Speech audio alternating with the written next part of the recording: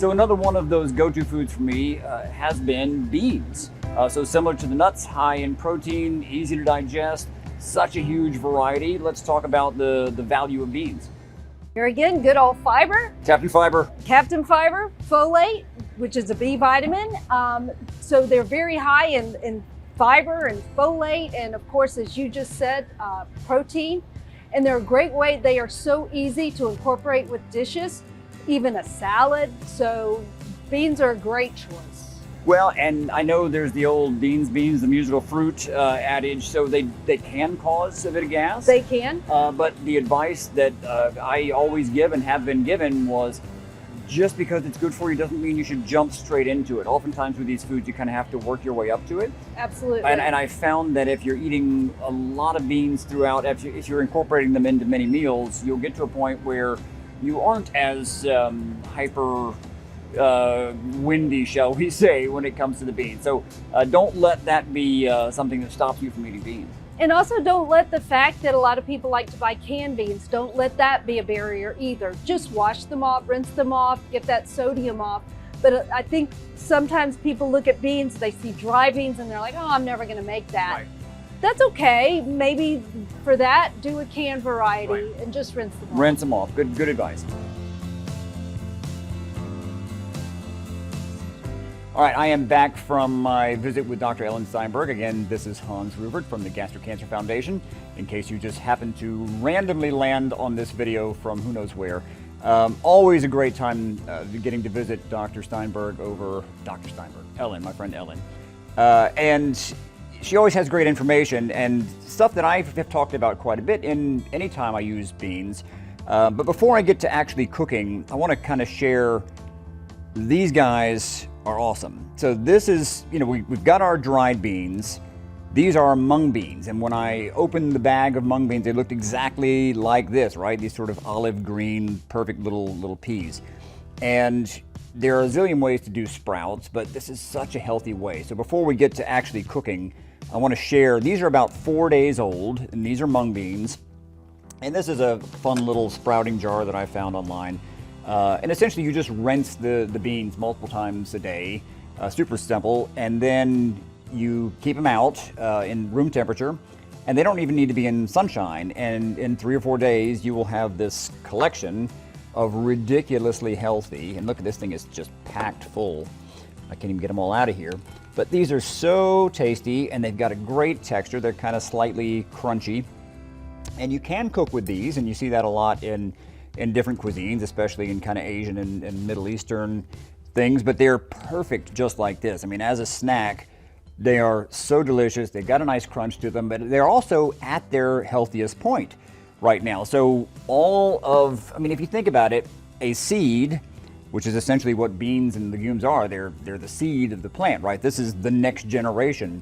At the moment that they are rehydrated and they sort of burst forth, that is when they are at their nutritional peak.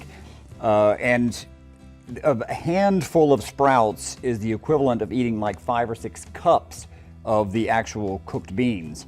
So anytime you can incorporate this into a salad or as a garnish, or even, again, I keep these in the fridge.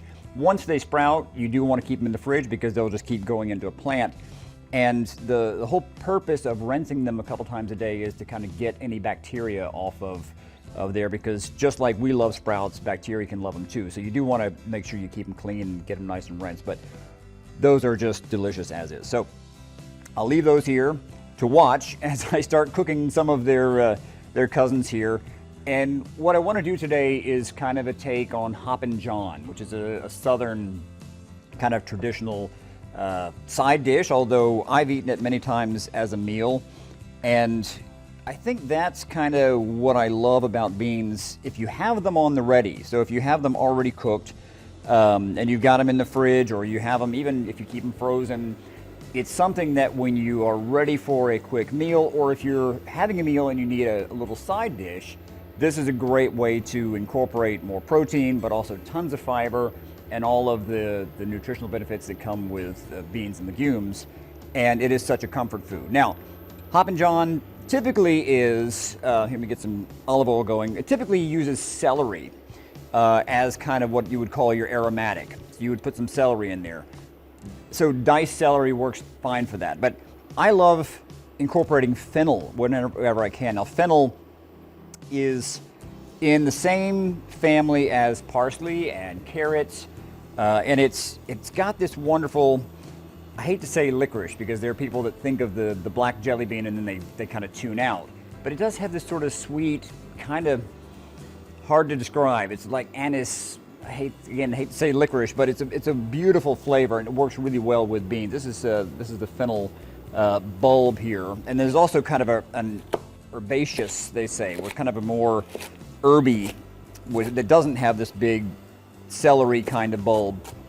But it's the bulb that I'm really wanting to use right here. You can also eat the seed. In fact, I'm going to use the seed as a seasoning here in a moment.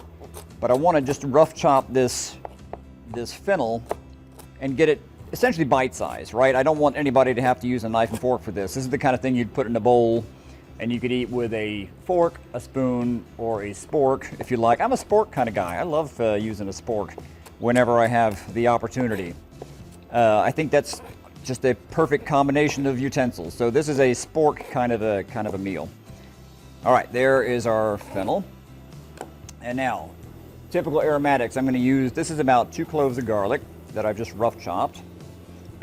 I've got about 1/4 of a big onion, so what is that? About a 1/2 cup, roughly, of a mild onion. Now, of course, depending on what season it is, if it's a strong onion, you could cut that down to barely nothing, or you could omit it altogether. And really, what I'm trying to do, this is going to be, again, they call these the aromatics. The garlic, the onions, now the fennel, they're going to kind of sweat in here. That's kind of the culinary term. They're not actually perspiring. But this is going to unlock the flavor, and those essential oils are going to come out of these ingredients. And to help that, I'm going to put a little salt in here. And this is a salt blend that I make that has a little bit of coriander, a little white pepper, and a little lavender flowers. And then adding a little more fennel. This is just white pepper and fennel seeds. So I'm just, this is just kind of rough grinding some fennel seeds in here. And by adding them now, with this heat and with the oil, I'm really getting those essential oils out of there. And that's what I'm looking for. You can add it at the end, but you don't get the same punch that you would by letting them kind of wake up in the skillet here. I'll waft some of that your way so you can smell. It's delicious, right? I see you're nodding. I wish we could do that. And that's always the fun. Any time you have a chance to cook with other people, this is the point where people start coming into the kitchen like, something's happening here. And it does smell really good. So, let me put a little cumin in there too. Almost forgot that. Not a lot. Beans and legumes, cumin is a good friend. Now, again, I'm just putting a little bit in there. I mean, that's barely a dash, right? It's not even a 1/4 of a teaspoon, just a little bit. If you are, depending on the cuisine you're doing, a lot of Latin American cuisine uses a lot of cumin. If you have like refried beans and things, that's a lot of cumin in there. But I don't want to overpower it. All right, so those are starting to get soft. Traditionally, Hoppin John would be either field peas or black-eyed peas, and they're first cousins, right? So they're, once you have them in the bowl and you're eating them, if you had your eyes closed, there's not a big flavor difference. But I'm going to use both. I like having these are a little firmer, slightly smaller. These are a little larger, a little bit mealier. They kind of crumble a little bit as you cook them. So I'm going to use equal parts. Now, I'm using, again, what are these? 1 cup probably. I'm horrible at measuring anything. But about a cup of each. The main thing is equal parts. If you're cooking for yourself, put as much as you can eat. And the great thing is, this will keep. So if you make too much, just put it in the fridge and you can warm it up the next time you want it. And then I'm going to use about equal parts of brown rice. And I want to use the brown rice, and I've talked about whole grains plenty of times in my other cooking forays, but the brown rice is super fiber. And again, you cannot go wrong with any combination of rice and beans and rice. Just a wonderful thing all the way around. And this looks like a lot of food, and again, it is a lot of food for one person, but this is the kind of thing that if you have it on the ready, when you do have a craving, when you are feeling like you need to eat a little something, this is the kind of thing you pull out and you heat it up. For me, for breakfast, quite often, I'll just take a couple of eggs and make like a frittata. We're not quite this much in the pan, but I'll take a couple spoonfuls of this or a cup of this with an egg and make a quick little, open-faced omelet, so to speak. Or just take a fried egg on top of this is a great breakfast as well. Or you can take this chilled Hoppin John and make a vinaigrette. Make a simple, add some diced tomatoes, make a little vinaigrette, and use this as a salad. It makes a great cold salad. This kind of stuff I eat all the time. I love to have things like this in my refrigerator, especially with my particular, I have no stomach. And so there are times where mentally I think I want to eat a bunch, but when it comes down to it, I physically can't eat that much. So it's good to have this on the ready so that when I do feel like it's time to eat, I've got something where I can just jump in and eat. So that is essentially Hoppin John. You can add ground beef if that's something that you like to eat. I don't eat much in the way of meat, and I know a lot of folks are trying to get more on plant-based. You don't need it. As far as nutritionally, there's plenty of protein going on here. You don't need to have anything additional to that. But as a side dish, this would go good with a piece of broiled salmon or a trout or whatever you're looking for. A little bit of this on the side makes for a wonderful side dish. All right, so we're just going to plate this simply. Again, this is my spork meal. I should have brought a spork with me. But that, perfect lunch, or fry an egg on top, perfect breakfast. And then I'm going to take some of this little fennel. The fronds are edible too. It looks kind of like dill. And then even just a tiny drizzle of good olive oil on the top. You could also put a little pat of butter on there if you like. We will have all of the Harvard list of top 10 superfoods on gastriccancer.org. I hope you join us again, and if you have questions or if you have ideas, please get in contact with us. This is just one way of trying to enjoy these. There are a million ways to do it, and I always learn from you guys as well. So take care, and we'll see you next time.